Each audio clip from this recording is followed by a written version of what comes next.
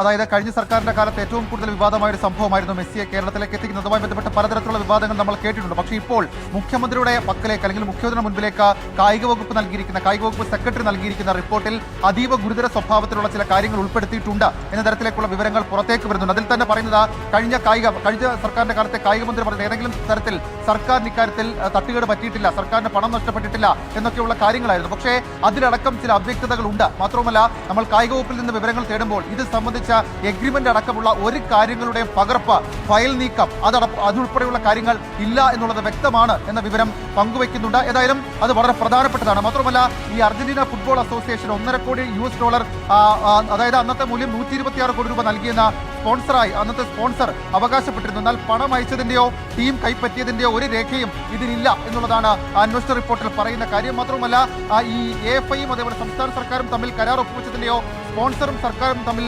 കരാറുള്ളതിന്റെയോ പോലും രേഖകളില്ല എന്നുള്ള കാര്യം ആ റിപ്പോർട്ടിൽ പറയുന്നുണ്ട്. അതായത് ഈ മെസ്സിയെ കേരളത്തിലേക്ക് എത്തിക്കുന്നതുമായി ബന്ധപ്പെട്ട് സർക്കാരുമായി അസോസിയേറ്റ് ചെയ്യുന്ന കാര്യത്തിന് ഒരു തരത്തിലുള്ള രേഖയും, ഈ സ്പോൺസർ പറയുന്നത് പോലെ ഒരു തരത്തിലുള്ള രേഖയും ഇല്ല എന്നുള്ള കാര്യം കായിക വകുപ്പിന്റെ അന്വേഷണ റിപ്പോർട്ടിൽ ഉണ്ട് എന്നുള്ളത് വളരെ പ്രധാനപ്പെട്ടതാണ്. അതുകൊണ്ട് തന്നെയാണ് ഈ വിദേശ നാണ്യ വിനിമയ ചട്ടലംഘനം, കള്ളപ്പണം വെളുപ്പിക്കൽ എന്നിവയിൽ വിജിലൻസ് കേന്ദ്ര ഏജൻസി അന്വേഷണങ്ങൾ കൂടി ശുപാർശ ചെയ്യുന്ന ഒരു റിപ്പോർട്ടായത് മാറുന്നത്. ആ റിപ്പോർട്ട് ഇപ്പോൾ മുഖ്യമന്ത്രിയുടെ മുൻപിലേക്ക് കായിക വകുപ്പ് കൈമാറിയിട്ടുള്ളതും എന്നുള്ളതും ഏറ്റവും പ്രധാനപ്പെട്ട കാര്യം. കായിക വകുപ്പ് സ്പെഷ്യൽ സെക്രട്ടറി ആയിരുന്നു ഈ അന്വേഷണം നടത്തിയത് എന്നുള്ളത് ഏറ്റവും പ്രധാനപ്പെട്ട കാര്യം.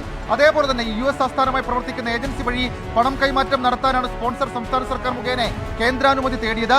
ഈ ഏജൻസി US-ൽ സാമ്പത്തിക കുറ്റകൃത്യം അന്വേഷണം നേരിടുന്നവരാണെന്നും റിപ്പോർട്ടിൽ പറയുന്നുണ്ട്. അങ്ങനെ 3 പ്രധാനപ്പെട്ട കാര്യങ്ങൾ അത് പറയുന്നുണ്ട്. ഒന്നാമത്തെ കാര്യമാണ് സംസ്ഥാന സർക്കാരിന് ഏതെങ്കിലും തരത്തിലുള്ള തട്ടിക്കെട്ട് ഇതുമായി ബന്ധപ്പെട്ട് ഉണ്ടായിട്ടുണ്ടോ എന്ന് പറയുന്ന കാര്യം. രണ്ടാമത്തേതാകട്ടെ, ഏതെങ്കിലും തരത്തിലുള്ള ഒരു എഗ്രിമെന്റ്, അത് ഈ AFIയും സ്പോൺസറും തമ്മിലോ അതല്ലെങ്കിൽ ഈ സ്പോൺസറും സർക്കാരും തമ്മിലോ ഏതെങ്കിലും തരത്തിൽ ഒരു എഗ്രിമെന്റോ അല്ലെങ്കിൽ നമ്മൾ ഈ പറയുന്നത് പോലെ ആ ഒരു സൈൻ ഓഫ് കോൺട്രാക്റ്റോ അങ്ങനെ ഒരു സാധനവും ഇല്ല എന്നുള്ള കാര്യം, അങ്ങനെ രേഖകളില്ല, അങ്ങനെയുള്ള ഫയൽ നീക്കങ്ങളില്ല എന്നുള്ള കാര്യം ഈ റിപ്പോർട്ടിൽ വ്യക്തമാക്കുന്നുണ്ട്. മൂന്നാമത്തെ പ്രധാനപ്പെട്ട കാര്യമാണ് ഇവിടെ നടന്നിരിക്കുന്ന ഇടപാട് എന്താണ്, അല്ലെങ്കിൽ ഇടനിലക്കാരെ പ്രവർത്തിച്ച ഏജൻസി ആരാണ്, അവർ ഈ പറയുന്ന അവരുടെ രാജ്യത്ത് കരിമ്പട്ടികയിൽ പെട്ടതാണോ, അങ്ങനെയാണെങ്കിൽ വിദേശ നാണ്യ വിനിമയ ചട്ട ലംഘനത്തിന്റെ പരിധിയിൽ ഇതൊക്കെ വരില്ലേ എന്നൊക്കെയുള്ള കാര്യങ്ങൾ ഉയർന്നു വരുന്നത്. ഏതായാലും കായിക മന്ത്രി തന്നെ ഇക്കാര്യത്തിൽ ആ ഒരു വ്യക്തത അല്പസമയം മുൻപ് വരുത്തിയിട്ടുണ്ട്. ആ റിപ്പോർട്ട് സർക്കാരിന് മുൻപിൽ ഇപ്പോഴുണ്ട്, മുഖ്യമന്ത്രിക്ക് മുൻപിലുണ്ട്.